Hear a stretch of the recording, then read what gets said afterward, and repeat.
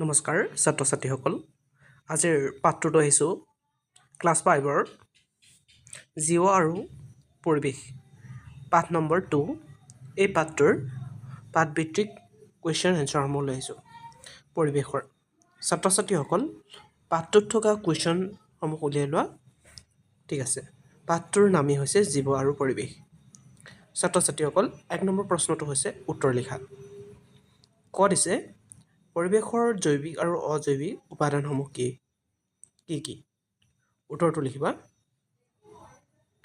পৰিৱেশৰ জৈৱিক আৰু অজৈৱিক উপাদানসমূহ হৈছে উদ্ভিদ প্ৰাণী চৰাই চিৰিকটি অণুজীৱ এইবোৰ হৈছে পৰিৱেশৰ জৈৱিক উপাদান আৰু পৰিৱেশৰ অজৈৱিক উপাদানসমূহ হৈছে বায়ু পানী মাটি তাপ পোহৰ আদি এইবোৰ হৈছে পৰিৱেশৰ অজৈৱিক উপাদান গতিকে ছাত্ৰ ছাত্ৰীসকল খ নম্বৰ উত্তৰটো হৈছে উদ্ভিদক উৎপাদক বুলি কিয় কোৱা হয় উত্তৰ উদ্ভিদে নিজৰ আহাৰ নিজে প্ৰস্তুত কৰি লোৱাৰ বাবে উদ্ভিদক উৎপাদক বুলি কোৱা হয় গ নম্বৰটো হৈছে উপভোক্তা কেই প্ৰকাৰৰ আৰু কি ইয়াৰ উত্তৰটো এনেদৰে লিখিবা উপভোক্তা তিনি প্ৰকাৰৰ প্ৰথম শ্ৰেণীৰ উপভোক্তা দ্বিতীয় শ্ৰেণীৰ উপভোক্তা আৰু তৃতীয় শ্ৰেণীৰ উপভোক্তা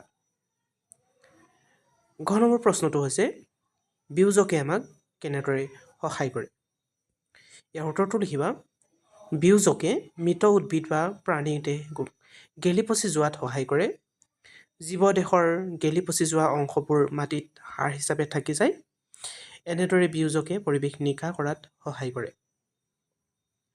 ঘ নম্বৰ প্ৰশ্নটো হৈছে তিনিটা পৰিস্থিতি তন্ত্ৰৰ নাম লিখা উত্তৰটো লিখিবা তিনিটা পৰিস্থিতি তন্ত্ৰৰ নাম হৈছে ঘাঁহনি পুখুৰী আৰু শস্য পথাৰ 2 নম্বৰ প্ৰশ্নটো তোমালোকক দিছে খালী ঠাই পূৰ কৰা ক নম্বৰ হৈছে শামুক ড্ৰেছ উপভোক্তা উত্তৰটো লিখিবা শামুক হ'ল প্ৰাথমিক উপভোক্তা খালী ঠাই হ'ব প্ৰাথমিক খ নম্বৰটো হৈছে এটাতকৈ অধিক ড্ৰেছ মিলি খাদ্যজালৰ সৃষ্টি হয় খ নম্বৰটো খালী ঠাই লিখিবা খাদ্য শৃংখল এটাতকৈ অধিক খাদ্য শৃংখল মিলি খাদ্যজালৰ সৃষ্টি হয়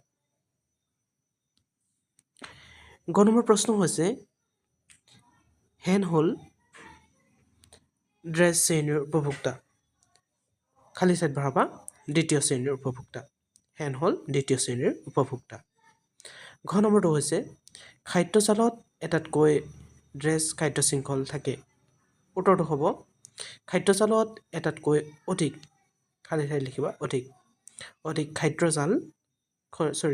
শৃংখল থাকে এতিয়া 3 নম্বৰ প্ৰশ্ন তোমালোকক দিছে শুদ্ধ উত্তৰটো বাছি উলিওৱা ক নম্বৰ দিয়া হৈছে খাদ্য শৃংখলৰ আৰম্ভণিতে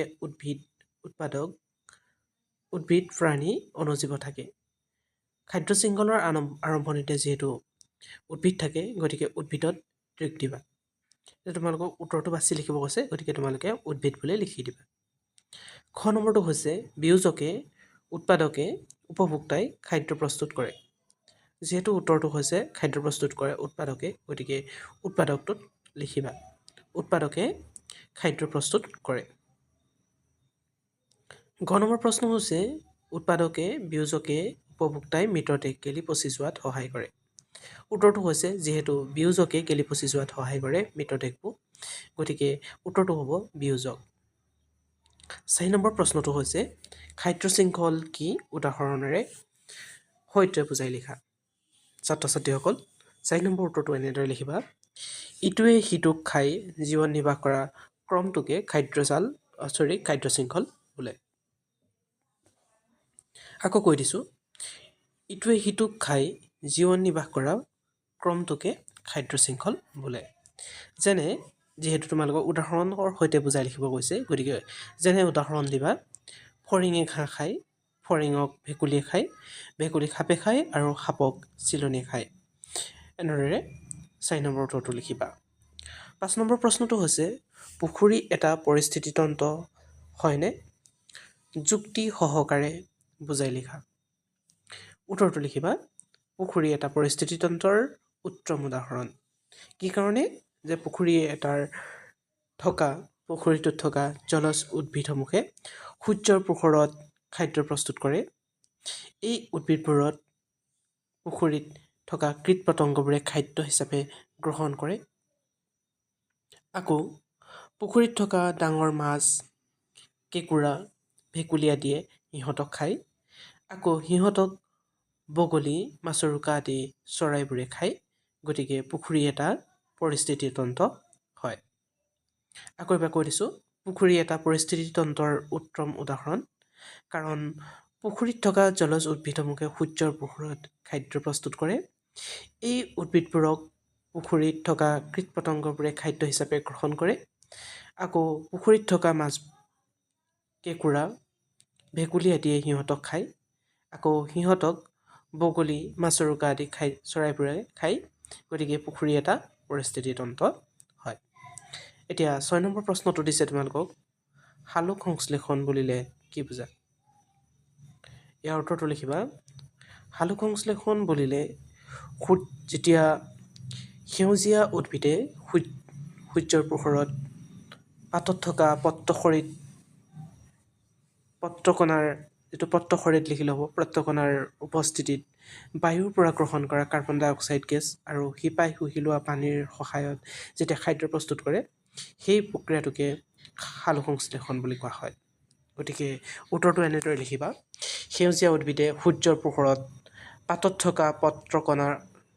থকা শৰীৰকণাৰ উপস্থিতিত বায়ুৰ পৰা গ্ৰহণ কৰা কাৰ্বন ডাই অক্সাইড গেছ আৰু শিপাই শুহি লোৱা পানীৰ সহায়ত খাদ্য প্ৰস্তুত কৰে। এই প্ৰক্ৰিয়াটোৱে হৈছে সালোক সংশ্লেষণ। 7 নম্বৰ দিছে পাৰ্থক্য লিখা। ক, উৎপাদক আৰু বিয়োজক। উত্তৰতে লিখিবা। উৎপাদক আৰু বিয়োজকৰ মাজত পাৰ্থক্য হ'ল খাদ্য শৃংখলৰ আৰম্ভণিত উৎপাদক থাকে, আনহাতে খাদ্য শৃংখলৰ শেষত বিয়োজক থাকে। খ নম্বৰটো হৈছে তৃণভোজী আৰু মাংসভোজী প্ৰাণীৰ মাজত পাৰ্থক্য। উত্তৰটো লিখিবা। তৃণভোজী আৰু মাংসভোজী প্ৰাণীৰ মাজত পাৰ্থক্য হ'ল তৃণভোজী প্ৰাণীয়ে ঘাঁহ খায়, আনহাতে মাংসভোজী প্ৰাণীয়ে মাংস খায়।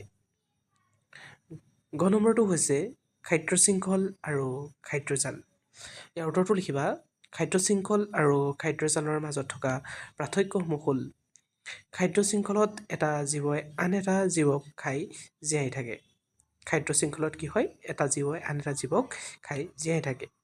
আনহাতে খাদ্যজালত একেবিধ খাদ্যকে বেলেগ বেলেগ প্ৰাণীয়ে খায়। এইটো হৈছে খাদ্যজাল। 8 নম্বৰটো প্ৰশ্ন হৈছে পৰিস্থিতি তন্ত্ৰত প্ৰথম শ্ৰেণীৰ উপভোক্তাবোৰ নোহোৱা হৈ গ'লে কি হ'ব? উত্তৰটো লিখিবা। পৰিস্থিতি তন্ত্ৰত প্ৰথম শ্ৰেণীৰ উপভোক্তাবোৰ নোহোৱা হৈ গ'লে দ্বিতীয় শ্ৰেণীৰ উপভোক্তাবোৰৰ খাদ্য নোহোৱা হ'ব। যিহেতু পৰিস্থিতি তন্ত্ৰত খাদ্যৰ বাবে এটাই আনটোৰ ওপৰত নিৰ্ভৰশীল, সেয়েহে যিকোনো এটা উপাদান কমি গ'লেই আন কেইটাৰ ওপৰত প্ৰভাৱ পৰিব আৰু পৰিৱেশৰ ভাৰসাম্যতা নোহোৱা হৈ যাব। এনেদৰে উত্তৰটো লিখিবা। 9 নম্বৰ প্ৰশ্নটো হৈছে খাদ্যজালৰ কিয় সৃষ্টি হয়? খাদ্যজালৰ কিয় সৃষ্টি হয়? ইয়াৰ উত্তৰটো লিখিবা। এটা জীৱই এটাতকৈ বেছি খাদ্য শৃংখলত ভাগ লোৱাৰ ফলত খাদ্যজালৰ সৃষ্টি হয়। এনেদৰে আকৌ এবাৰ কৈছোঁ, এটা জীৱই এটাতকৈ বেছি খাদ্য শৃংখলত ভাগ লোৱাৰ ফলত খাদ্যজালৰ সৃষ্টি হয়। 10 নম্বৰ প্ৰশ্নটো আহিল, মাটিত পৰি থকা জীৱবোৰ কিয় গেলি পচি যায়? উত্তৰটো লিখিবা। মাটিত পৰি থকা জীৱবোৰ বেক্টেৰিয়া আৰু ভেঁকুৰৰ বাবে গেলি পচি যায়। ধন্যবাদ ছাত্ৰ ছাত্ৰীসকল। এইটোৱে আছিল ক্লাছ 5ৰ লেচন নম্বৰ 2ৰ জীৱ আৰু পৰিৱেশ পাঠটোৰ পাঠভিত্তিক প্ৰশ্ন উত্তৰসমূহ। যদি ভিডিঅ'টো ভাল লাগিলে লাইক কৰিবলৈ নাপাহৰিব আৰু চেনেলটোলৈ প্ৰথমবাৰ আহিলে ছাবস্ক্ৰাইব কৰি ল'ব। Thank U.